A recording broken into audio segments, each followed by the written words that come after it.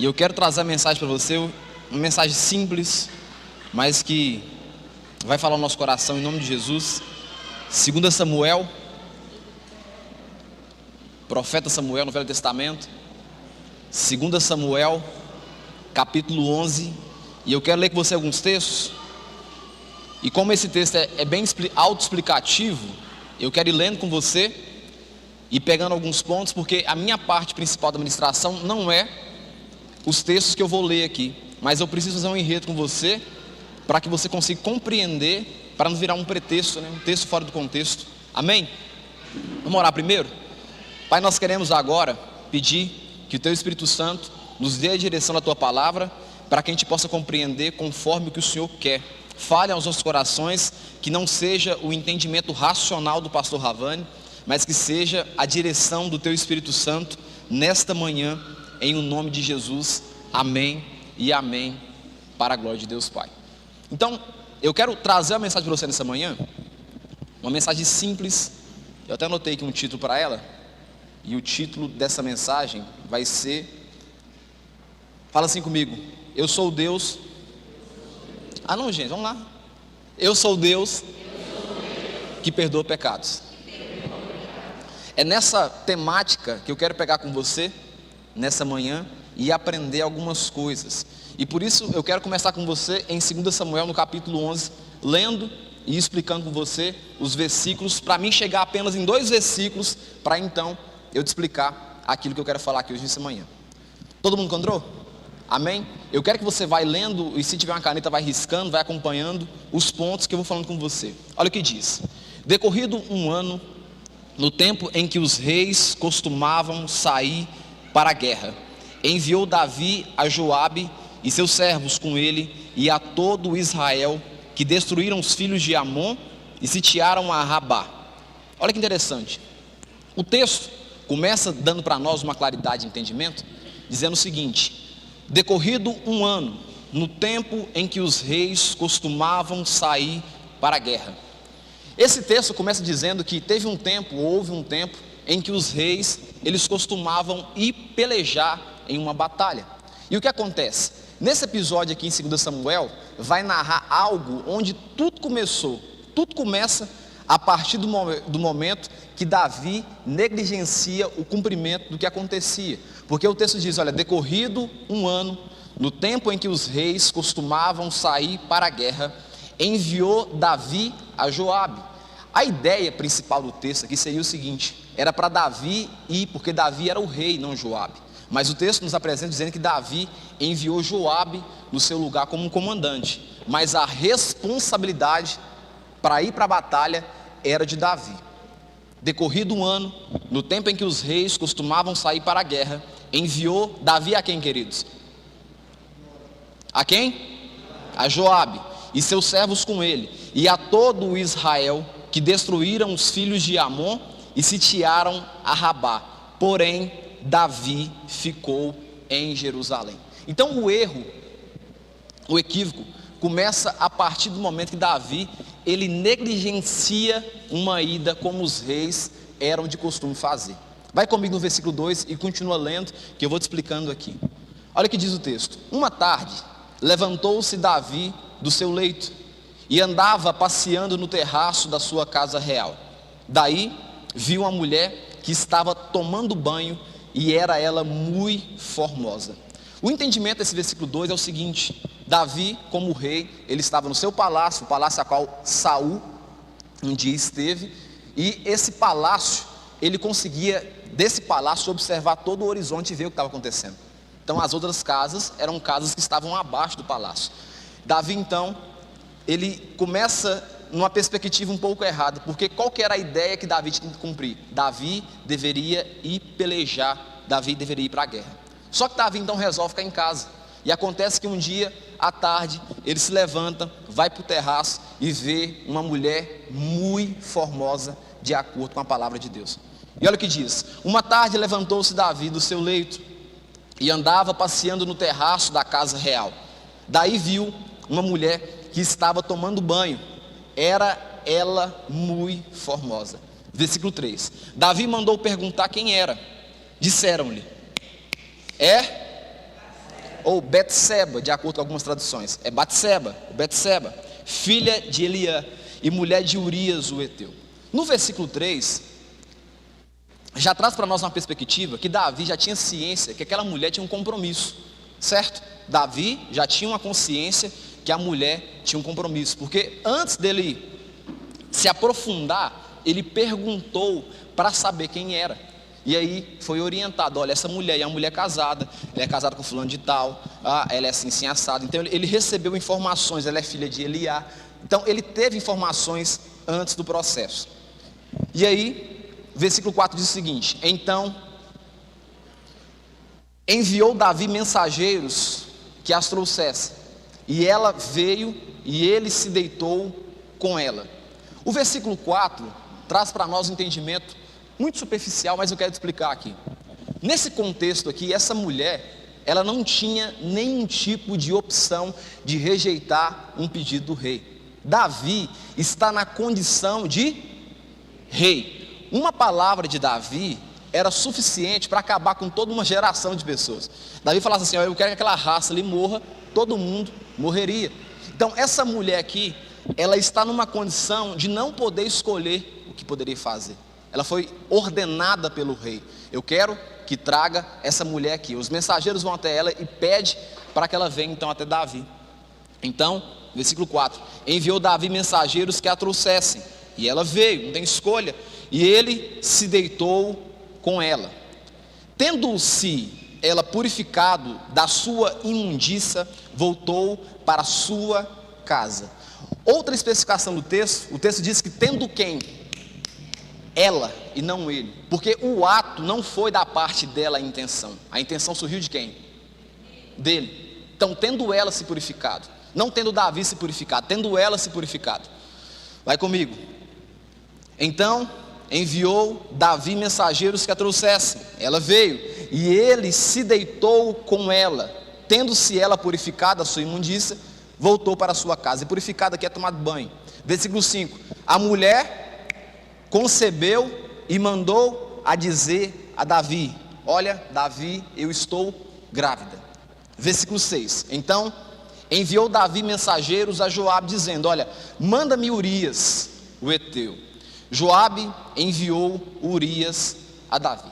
Nessa situação que Davi, no versículo 5, Davi já está apertado, porque um pecado que foi cometido, de certa forma escondido, agora lhe seria exposto para todo Israel.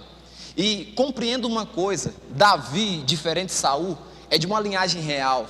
Davi não queria manchar a sua história, mesmo cometendo pecado. Davi não queria que ninguém soubesse do pecado que ele cometeu. Então assim, nesse contexto do versículo 5, Davi está totalmente preocupado e disposto a fazer qualquer coisa para encobrir o seu pecado.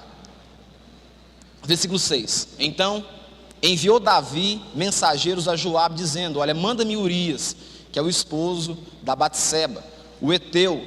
Joabe então enviou Urias a Davi. Olha o versículo 7: vindo pois quem, queridos? Urias a Davi. Perceba que assim como a mulher, Urias também não tem escolha.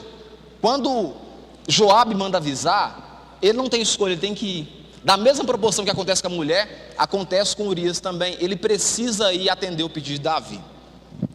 Vindo pois Urias a Davi, perguntou este como passava Joabe, e como se achava o povo, e como ia a guerra. O que eu percebo nesse texto aqui, observando aqui de forma clara, é que Davi, ele não está querendo confessar o pecado. Davi, na verdade, está arrumando uma estratégia para tentar esconder o seu pecado. Porque o texto diz que Davi, ele não contou o que aconteceu. Davi não confessou o seu pecado para Urias, mas Davi tentou, de certa forma, travar Urias de um assunto, perguntando: como se achava o povo? E como que vai a guerra? O que está acontecendo na guerra? Eu não pude ir na guerra, mas como é que está lá? Está dando certo? Joabe está comandando bem? Versículo 8: depois disso Davi a Urias: desce a tua casa e lava o que, queridos? Os pés. Saindo Urias da casa real, logo se lhe seguiu um presente do rei. Porém Urias se deitou à porta da casa real, com todos os seus servos, o seu senhor, e não desceu para a sua casa. Olha o versículo 10. Fizeram saber a Davi, dizendo: olha, Urias não desceu à sua casa. Então disse Davi a Urias: não vens tu de uma longa jornada? Por que não descestes à tua casa? Respondeu Urias a Davi: olha, a arca, Israel e Judá ficam em tendas, mas Joabe, que é o meu comandante, o cara que está sobre mim, meu senhor, e os seus servos do meu senhor estão acampados ao ar livre. E hei de eu entrar na minha casa para comer e beber, para me deitar com a minha mulher? Então, tão certo como vives e como vive a tua alma, não farei tal coisa. Nesse contexto aqui eu vejo a simplicidade desse homem, porque esse homem, ele está preocupado em não satisfazer uma necessidade sua particular. Ele está preocupado em todo um contexto, ele está preocupado na lealdade, e você vê nesse texto a lealdade que esse homem tinha com Davi, porque ele sendo leal a Joabe, ele estava sendo leal a Davi. Está sendo claro até agora? Amém? Vamos lá então. Versículo 11. Respondeu Urias Davi: a arca, Israel e Judá ficam em tendas. Joabe, meu senhor, e os servos, meu senhor, estão acampados ao ar livre. Ei, eu de entrar na minha casa para comer e beber, para me deitar com a minha mulher? Tão certo como vives e como vive a tua alma, não farei tal coisa. Olha o versículo 12. Então disse Davi a Urias: demora-te aqui hoje, e amanhã te despedirei. Urias, pois, ficou em Jerusalém aquele dia e o seguinte. Qual que era a intenção de Davi aqui agora? A intenção de Davi, na verdade, é fazer que o processo em que Urias soubesse que a sua esposa estava grávida por ele, demorasse. A intenção de Davi aqui era encobrir o pecado. Davi não queria que Urias soubesse da situação que havia acontecido. Então o que Davi propõe fazer? Davi faz algo que não pode acontecer, porque alguém que está trabalhando para o rei não pode estar na casa real. Mas Davi quebra um princípio e traz Urias para dentro de sua casa, não para abençoar, não para cuidar de Urias, mas sim para encobrir um pecado. Versículo 13. Davi o convidou, e comeu e bebeu diante dele. E o fez o que com ele, queridos? E o embebedou. À tarde saiu Urias a deitar-se na sua cama com os servos de seu senhor, porém não desceu à sua casa. Versículo 14. Pela manhã, Davi escreveu uma carta a Joabe, que estava na posição de líder na frente de Davi. Lhe mandou por mão de Urias, escreveu na carta dizendo: ponde Urias na frente da maior força da peleja. Esse cara é tão leal que nem a carta, que era a carta da sua morte, ele abriu. Ele era tão leal a Davi, ele era tão simples na sua ingenuidade, que nem a carta, que era a carta que que acabou com a vida dele, ele ousou abrir. Se ele tivesse abrido essa carta, toda a história tinha mudado, né? Ele não abriu a carta, não. Escreveu na carta dizendo: ponde Urias na frente da maior força de peleja, e deixa-o sozinho, para que seja ferido, e o que, queridos? E morra. Versículo 16. Tendo, pois, Joabe sitiado a cidade, pôs a Urias o lugar onde sabia que estavam homens valentes, ou seja, homens que iriam matar Urias. Saindo os homens da cidade e pelejando com Joabe, caíram alguns do povo, dos servos de Davi, e morreu também Urias o heteu. Olha o versículo 18. Então Joabe enviou notícias e fez saber a Davi tudo o que se dera na batalha. Deu ordem ao mensageiro dizendo: se, ao terminares de contar ao rei os acontecimentos dessa peleja, suceder que ele se encolarize, ou seja, fique bravo e te diga: por que vos chegastes assim perto da cidade a pelejar?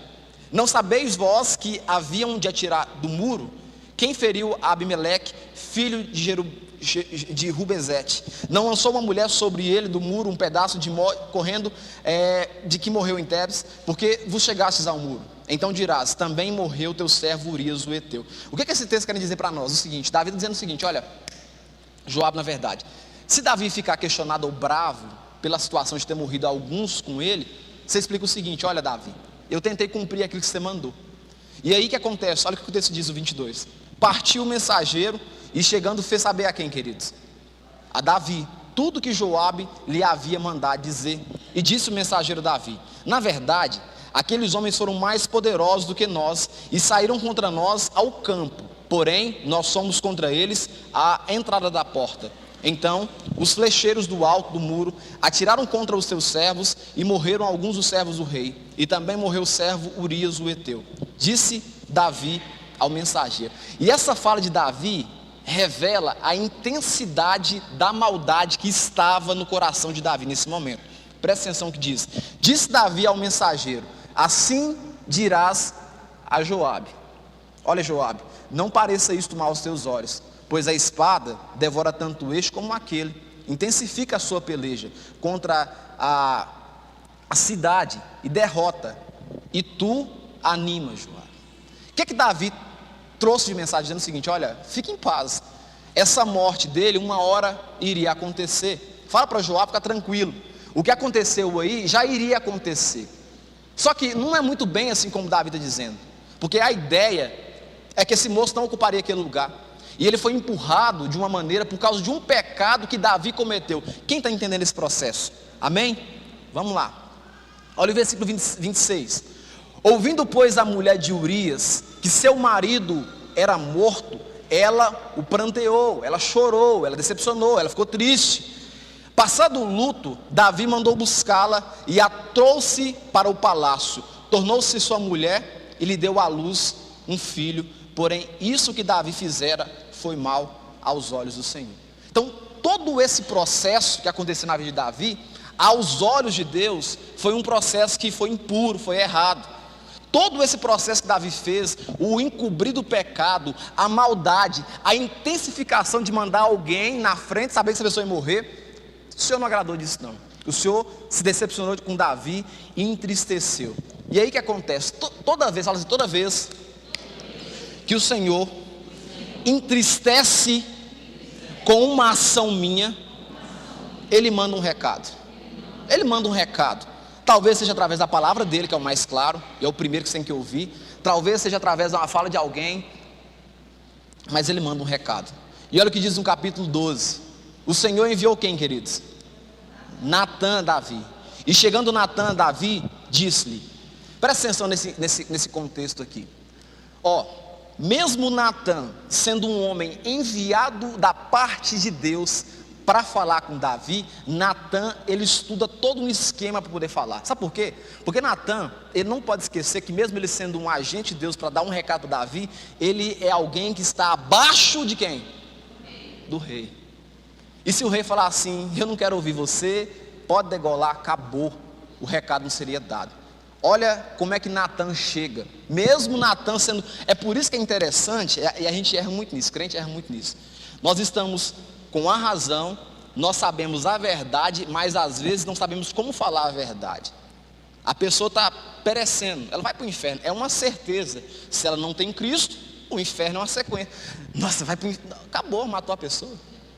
Nossa, é cidadão do inferno. Que trem do diabo, você está doido. Não é que você não está com a verdade para poder falar, é a maneira que você fala. Veja Natã falando. O Senhor enviou Natã a Davi. Chegando Natã a Davi, disse-lhe: havia numa cidade 2 homens, um rico e outro pobre. Tinha o rico ovelhas e gados e grande número, mas o pobre não tinha coisa nenhuma. O que é que Natã está querendo fazer aqui? Trazendo Davi para dentro do contexto de história, conscientizando Davi da situação, fazendo Davi enxergar o que aconteceu, porque até que agora, nesse momento, Davi não teve a oportunidade de compreender o que aconteceu. E muitas vezes a gente é assim, a gente erra, está no pecado, mas não tem a conscientização dos feitos do pecado, e é o que acontece com Davi. E olha o que diz: tinha um rico, ovelhas e gado em grande número, versículo 2, mas o pobre não tinha coisa nenhuma, senão uma cordeirinha que comprara e criara, e que em sua casa crescera, junto com seus filhos, comia do seu bocado, do seu copo bebia, dormia nos seus braços e a tinha como filha. Vindo um viajante ao homem rico, não quis este tomar 2 ovelhas e do gado para dar de comer ao viajante que viera a ele, mas tomou o quê? A cordeirinha do homem pobre e a preparou para o homem que lhe havia chegado.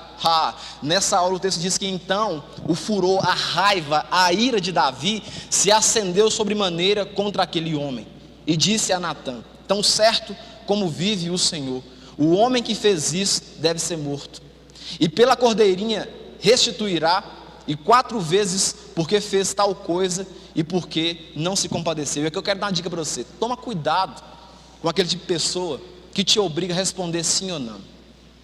Quem entendeu? Ou isso aí é um truque para você cair em cima. Isso, não é verdade? Aí você, isso, é verdade? Aí daqui a pouco a pessoa vai lá e dá o golpe. Aí você fala: oh, meu pai do céu, eu já concordei com tudo. É o que acontece aqui. Davi, escutando a história, se precipitou em dar a resposta: não, esse homem ele tem que ser morto, esse homem. Você está ficando doido? Que covardia foi essa? E agora entra. Então disse Natan a Davi, fala assim comigo, vamos lá, 1, 2, 3. Tu és o homem. É você que eu estou falando, queridão. Tu és esse homem da história. Você é esse agente. Tu és esse cara. Assim diz o Senhor, o Deus de Israel: eu te ungi rei sobre Israel. Eu te livrei das mãos de Saul. Dei-te a casa de teu senhor e as mulheres de teu senhor em teus braços, e também te dei a casa de Israel e de Judá. E isso fora pouco, eu te teria acrescentado tais e tais coisas. Porque, pois, desprezastes a palavra do Senhor, fazendo o que era mal perante ele? A Urias, do Eteu, feristes a espada, e a sua mulher tomaste por mulher depois de o matar com a espada dos filhos de Amon. Agora, pois, não se apartará a espada jamais da tua casa, porquanto me desprezastes. Repita assim comigo: porque me desprezastes. E tomastes a mulher de Urias, o Eteu, para ser tua mulher. Assim diz o Senhor: eis que da tua própria casa suscitarei o mal sobre ti, e tomarei tuas mulheres, a tua própria vista, e as darei ao teu próximo, o qual se deitará com ela em plena luz de sol. Porque tu o fizestes em oculto, mas eu farei isto perante todo Israel e perante o sol. Mas aqui entra para mim a parte chave do texto, porque de certa forma Davi, ele errou e errou feio. Só que Davi, compreendendo e escutando a repreensão, ele faz algo que na verdade foi a chave para a situação mudar aqui. Então disse Davi a Natan. O que Davi disse a Natan? Vamos lá todo mundo junto? 1, 2, 3.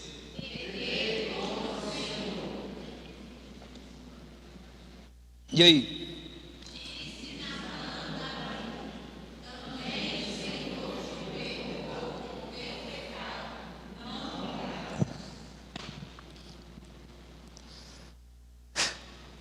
Então disse Davi a Natan: eu pequei contra o Senhor. Natan, cara, foi eu mesmo. Natan, eu errei, cara. Moço do céu, eu fiz isso mesmo. Eu fui o cara, o agente, o culpado disso tudo. Qual que é a resposta de Deus?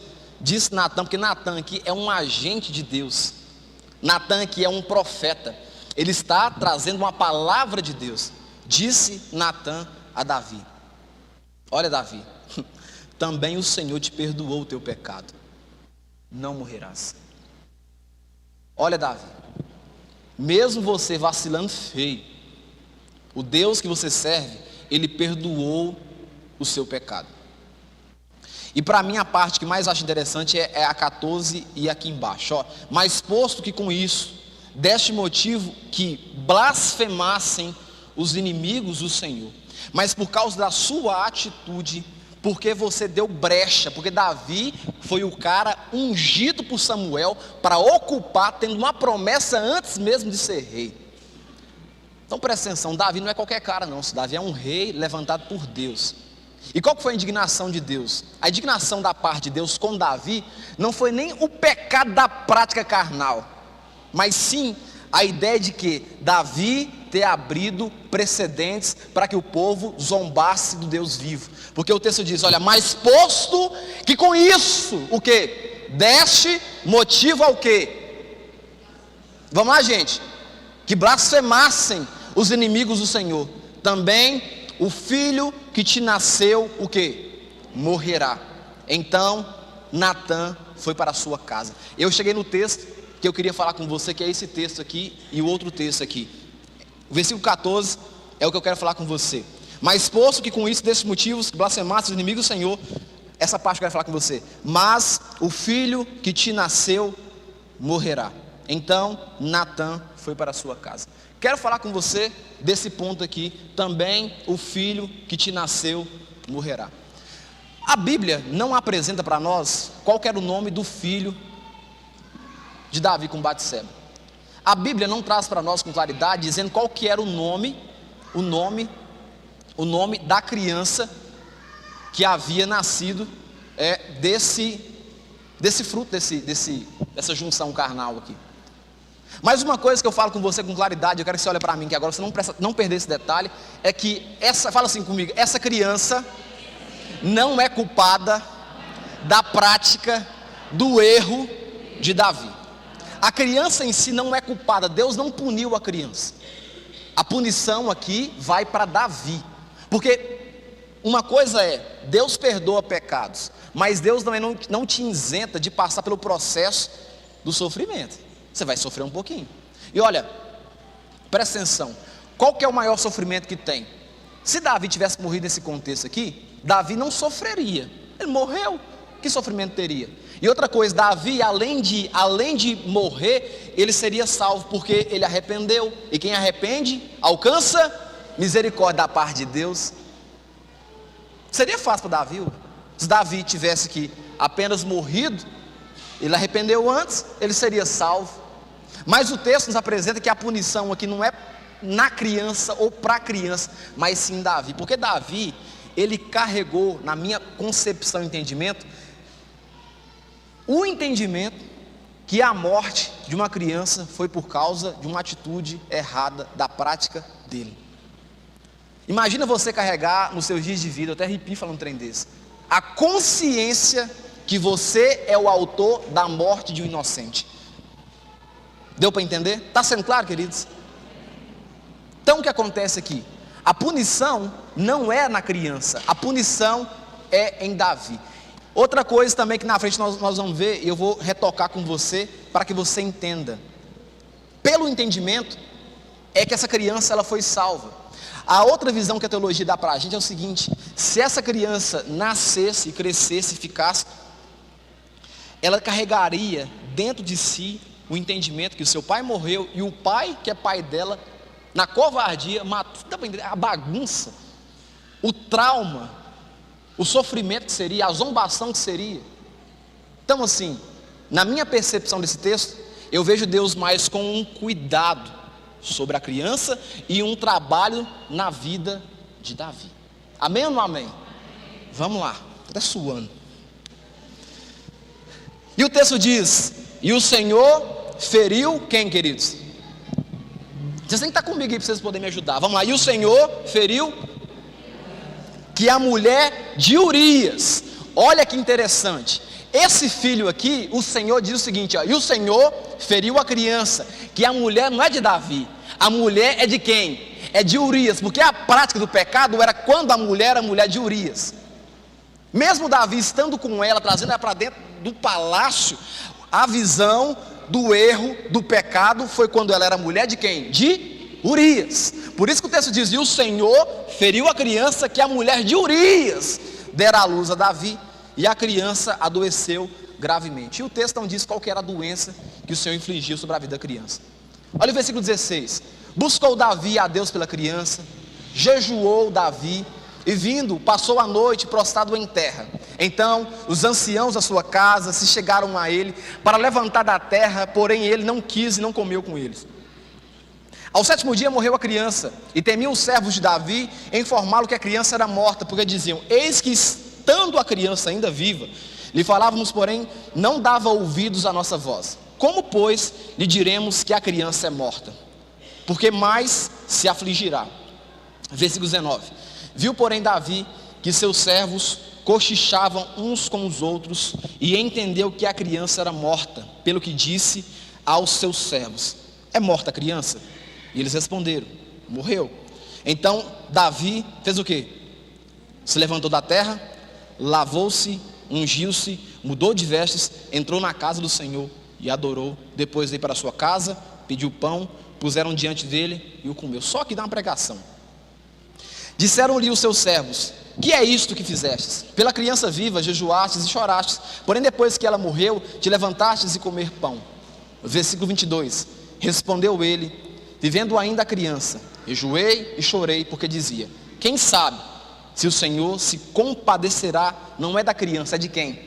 É de mim. Porque ele entendeu, ele teve consciência aqui, que o negócio não era a criança, era ele, o erro dele. E continuará viva a criança. Porém agora que é morta, por que jejuaria eu? Poderei eu fazê-la voltar? Eu irei. Viu o detalhe aqui interessante? Se Davi vai a ela, é porque a criança foi salva, porque Davi arrependeu. Então eu irei a ela está salva. Eu irei a ela.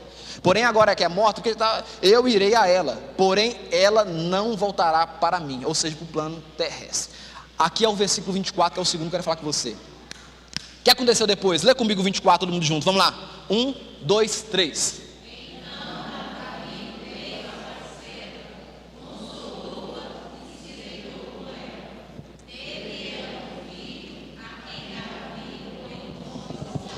E o Senhor, moço, quando eu li esse negócio, esse trem ficou na minha cabeça, pulsando aqui. Eu falei, meu Deus do céu, como é que o Senhor rejeita um e ama o outro? Lê comigo o versículo do 12, 13, vai lá, lê comigo todo mundo junto, vamos lá. Não, 2 Samuel 12, versículo 13, põe o 13 para nós, por gentileza. 13 e 14, vamos lá, olha que paralelo mais interessante. Ai meu Deus do céu, vamos lá, então 1, 2, 3.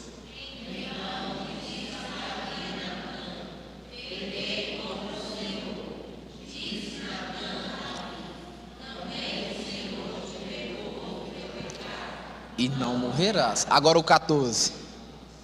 Mas entretanto, porém,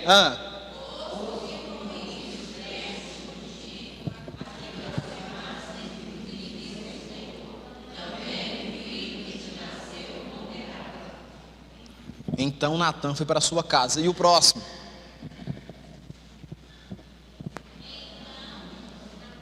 Isso, né? Então Natã foi para a sua casa.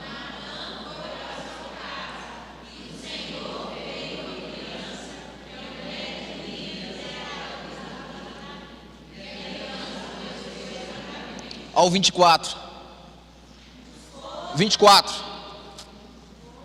12, 24. 12, 24, meu bem.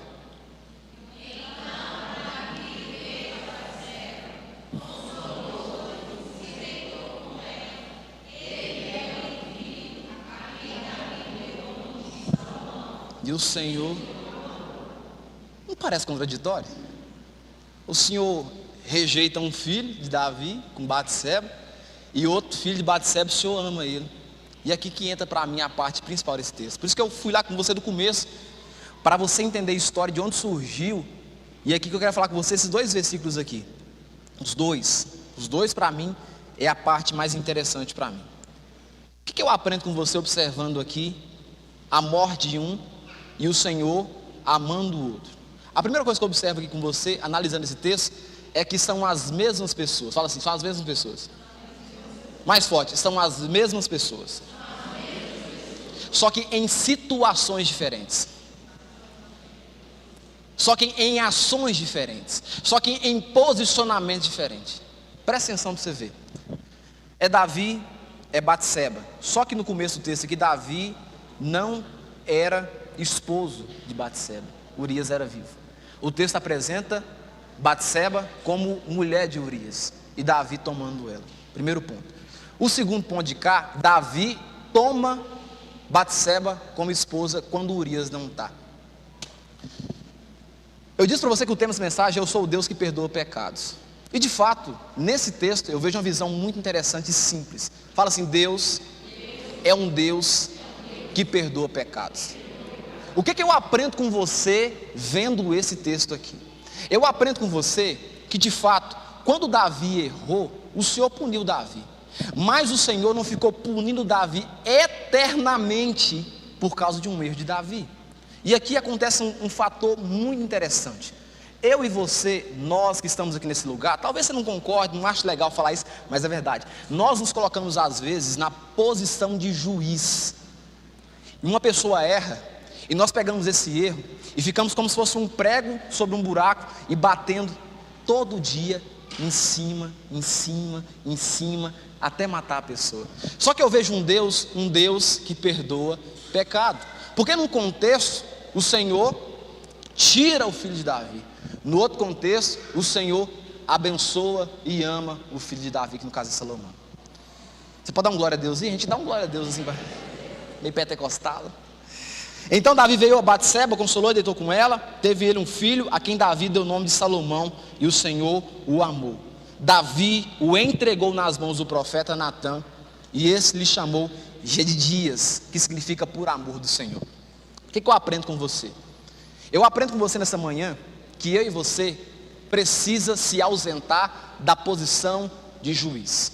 Eu aprendo com você nessa manhã que eu e você, nós não estamos no poder de pegar um erro de uma pessoa e ficar martelando a vida toda, como se aquele erro daquela pessoa fosse uma identidade dela. Amém ou não amém? É isso que acontece. Porque aqui, o que eu aprendo com você? Se você olhar no texto, eu quero que você me mostre para mim que o Senhor não mandou Davi largar Batseba depois.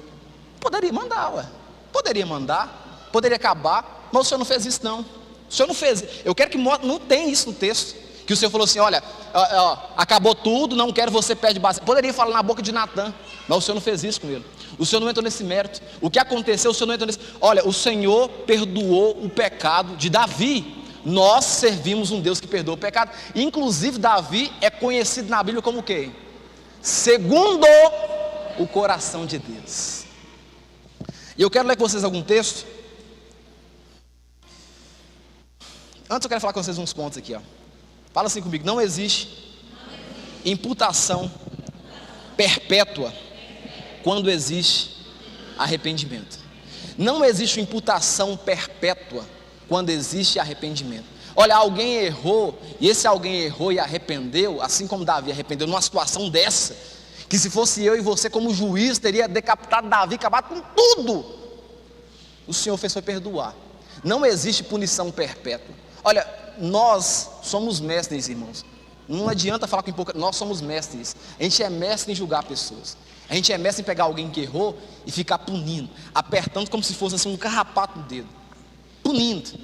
Errou, já não serve mais. Errou, já não tem unção mais. Errou, já não é homem de Deus mais. Errou, já não é mulher de Deus mais. E vai assim por diante. Só que eu vejo na Bíblia um homem que erra e Deus perdoa o pecado dele. A segunda coisa é uma pergunta: por que nós nos colocamos na qualidade de juízes? Por que nós ficamos punindo eternamente alguém que errou uma vez, como se o pecado que ela cometeu fosse prefixo de sua identidade? Por que a gente faz isso? Não é essa a visão que o texto apresenta para nós. Não é essa a visão que Jesus nos mostra na Bíblia. O porquê que nós escolhemos o lado mais difícil da moeda. Por que a gente faz isso? Por que a gente não escolhe perdoar, sendo que o próprio Deus que tem poder de todas as coisas poderia acabar com tudo, mas escolheu perdoar Davi e dar uma nova história para Davi? Por que eu e você coloca na condição de juiz? E sabe o que eu observo sobre isso aqui? Que é uma negligência e simplicidade. Sabe por quê? Porque, meu irmão, deixa eu falar com você uma coisa. Se você não sabe, você vai errar a qualquer momento. Você vai pecar a qualquer momento. Então, eu não quero ficar pedindo justiça, clamando justiça, sangue pelo outro, porque eu sei, Adriana, que eu vou errar.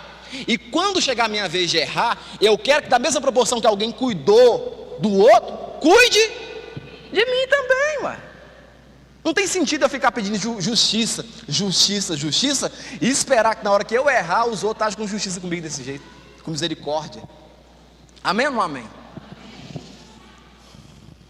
Aprenda esses detalhes. Fala assim: servimos a um Deus de segunda chance.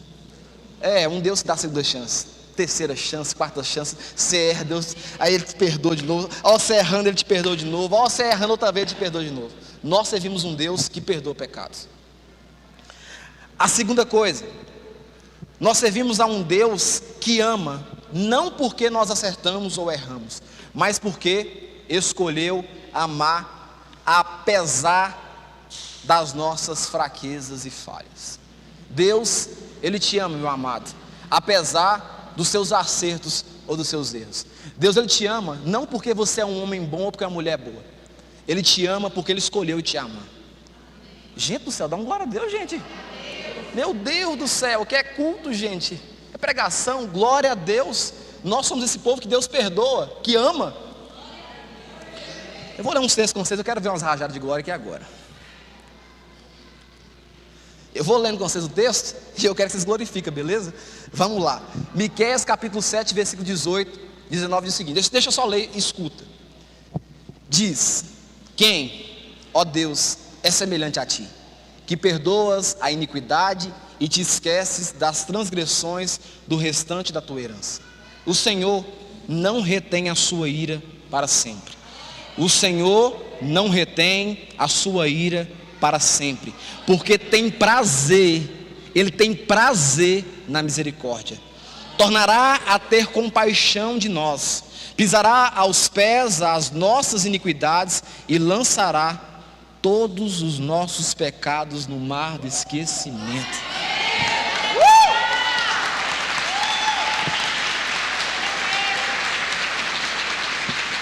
Você está doido? Isaías 43, 5. O próprio Deus diz, eu mesmo sou o que apago as tuas transgressões por amor de mim, e dos teus pecados eu não me lembro jamais. Salmos 86, versículo 5. Tu és bondoso, tu és perdoador, Senhor, rico em graça, para com todos os que te invocam. 1 João capítulo 1, versículo 9. Se confessarmos os nossos pecados, Ele é fiel e justo para perdoar os nossos pecados e nos purificar de toda injustiça. Efésios capítulo 1, versículo 7.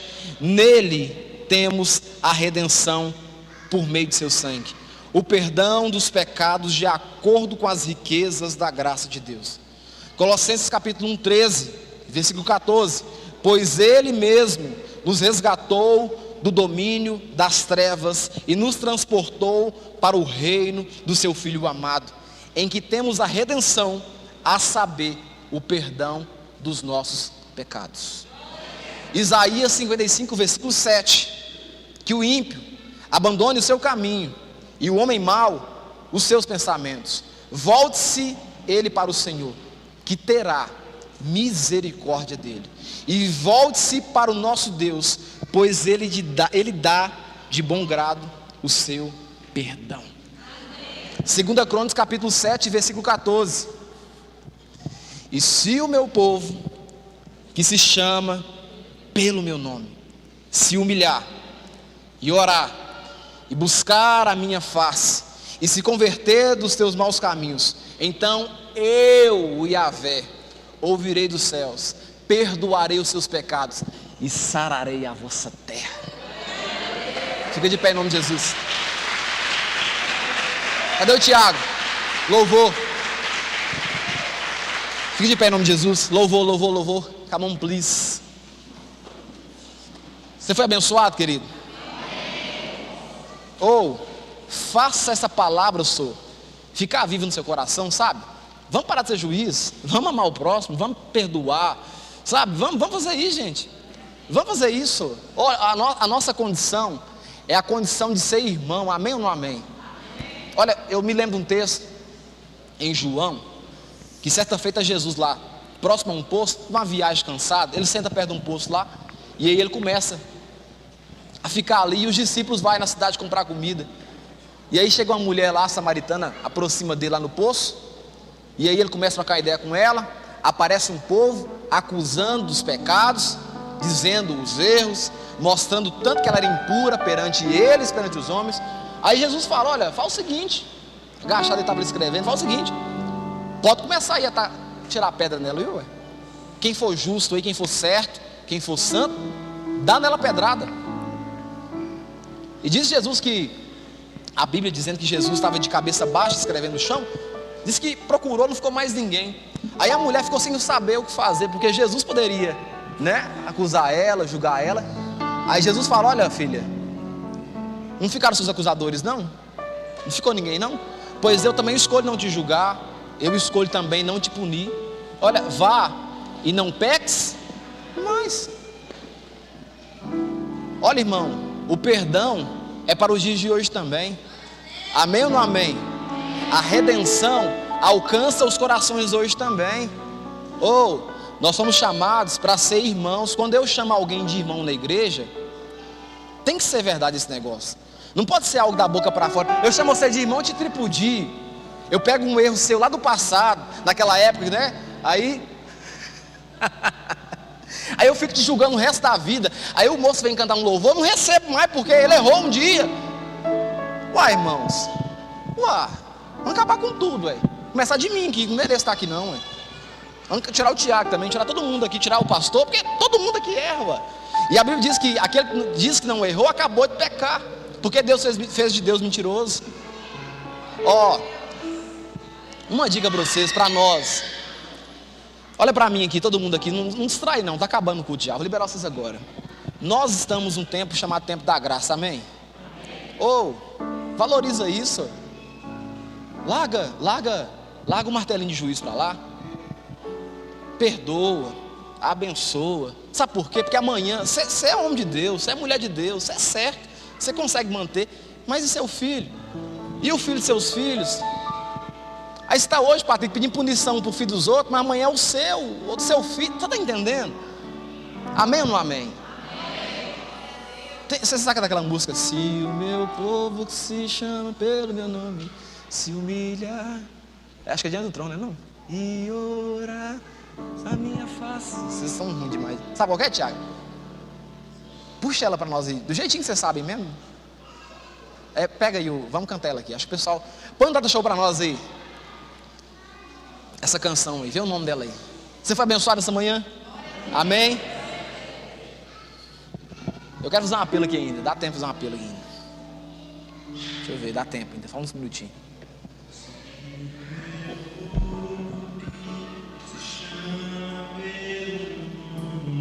Se humilhar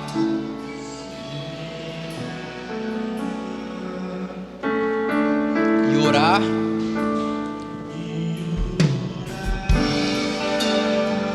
e a minha face buscar,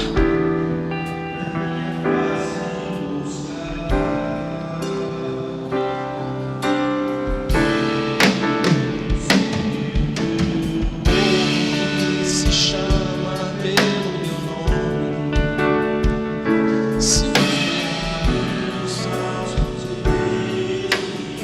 eu ouvirei.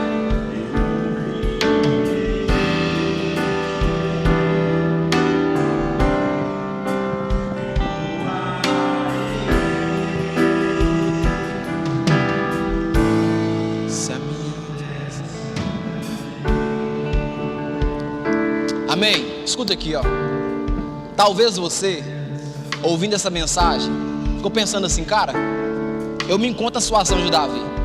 Talvez você não cometeu o que Davi cometeu, no sentido de pecado, aquele pecado, mas cometeu um pecado semelhante ao pecado de Davi. Pecado.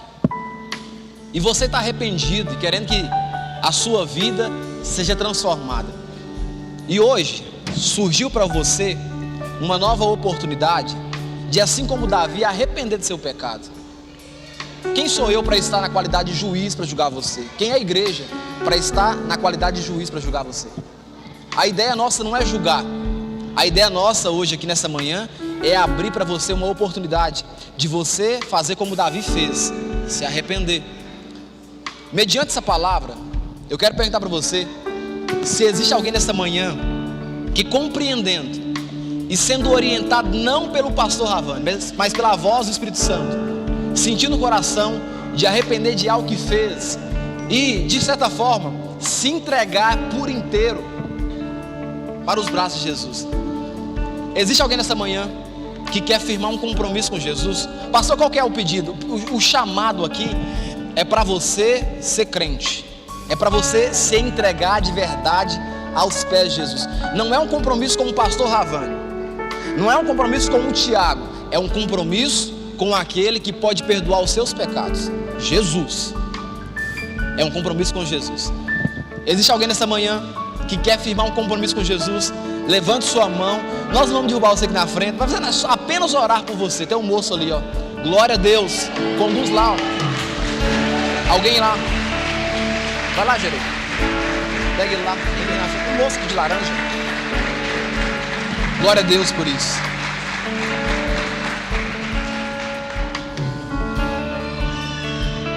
Deixa eu falar com você. Talvez você fique assim no seu coração, mas poxa, o que é que vão pensar de mim? O que é que vão achar? Será que não vai trazer vergonha vir na frente? Porque, sei lá, eu fico com vergonha porque eu não sei o que vai acontecer. Olha, eu posso te dizer que com a sua atitude de vir aqui na frente, algo vai acontecer, que é Jesus ser o seu Senhor.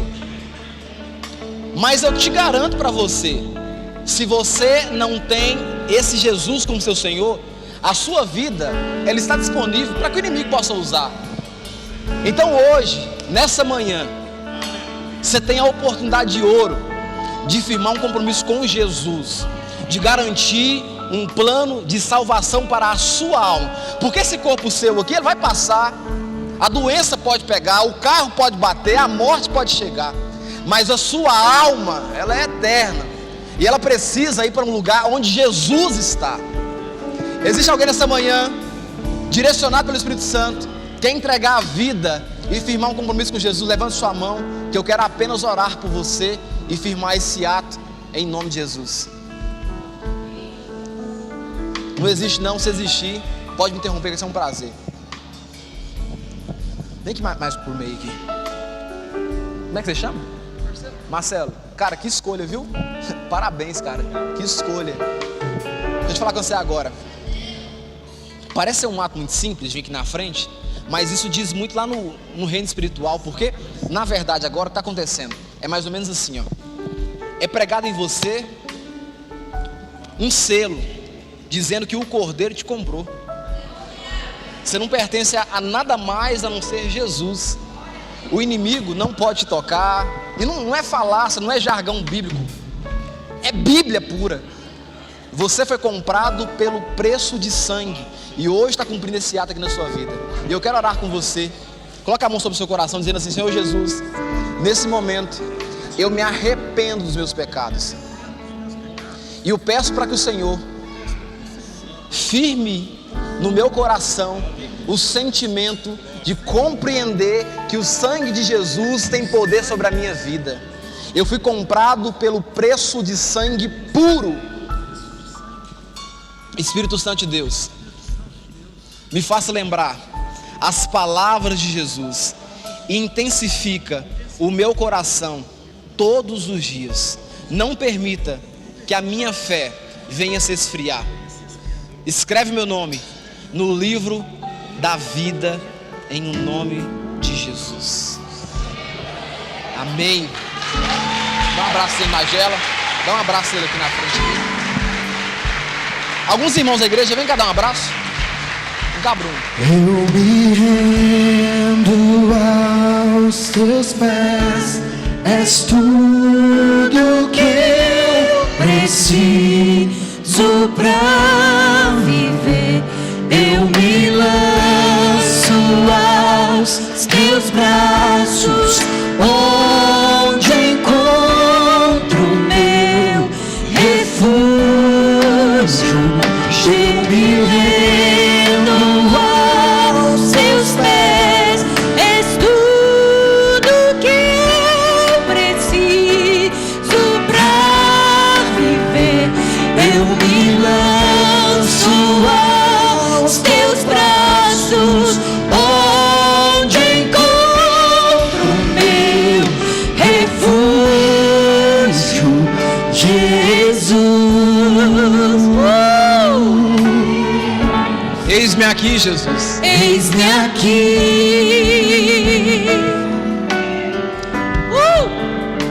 Jesus. Eis-me aqui, Jesus. Eis-me aqui, Eu, miserável pecadora, tenha misericórdia de mim. Jesus. Me ajuda a amar o meu irmão. Eis-me aqui. Me ajuda a olhar o meu irmão com os teus Eis-me olhos, Jesus. aqui, Me ajuda a perdoar o meu irmão com o teu perdão. Jesus, Me ajuda, porque sozinho eu não consigo, Jesus. Eu preciso do Senhor. eis-me aqui. Eis-me aqui, tenha misericórdia de mim, Jesus. Eu me rendo, Jesus. Eu me rendo. teus pés. És me rendo a teus pés. tudo que eu O Senhor é tudo que nós precisamos, Jesus. Não precisamos de mais nada se tivermos o Senhor. aos teus braços. Nos rendemos, nos rendemos, nos rendemos. Refúgio, eu me rendo aos teus pés. És tudo que eu preciso pra Tenha viver. misericórdia das nossas vidas. Lanço aos teus braços, onde encontro meu. Declare Jesus. Jesus, diga: eis-nos aqui. Eis-me aqui, Jesus. Eis-me aqui. Declare Jesus, Jesus, Jesus.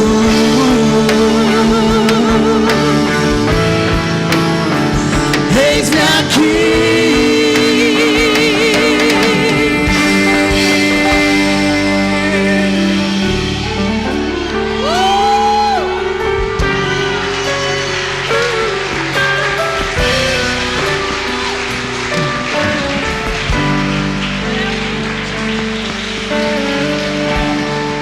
Amém, queridos? Estendo as mãos assim como sinal de receber. Eu quero declarar algo sobre a sua vida. Quero dizer para você nessa manhã que o Senhor vai te usar como um vaso. Quero dizer para você nessa manhã que o Senhor vai transbordar os seus lares. Quero dizer para você nessa manhã que o Senhor vai te dar ousadia. Quero dizer para você nessa manhã que Ele vai te dar a presença cheia do Espírito Santo e manifesta. Eu quero liberar sobre a sua vida prosperidade da parte do Senhor. Eu quero liberar sobre a sua vida sabedoria da parte de Deus. Você vai ser um homem sábio, uma mulher sábia, próspera nas mãos do Senhor. E eu quero ler um texto com você para a gente finalizar. E eu quero orar com você. E eu quero que você receba isso. Olha, quando te deitares, não temerás. Deitar-te-ás e o teu sono, ele será suave. Eu digo para você nessa manhã, não temas o pavor repentino, e nem a arremetida dos perversos quando vier, porque o Senhor será a tua segurança e guardará os teus pés de serem presos. Que a graça de Deus e as duas consolações vindas da parte do Espírito Santo encontre repouso sobre o seu coração hoje e para todo sempre. Vá em paz, bom almoço, em nome de Jesus. Beijo no coração.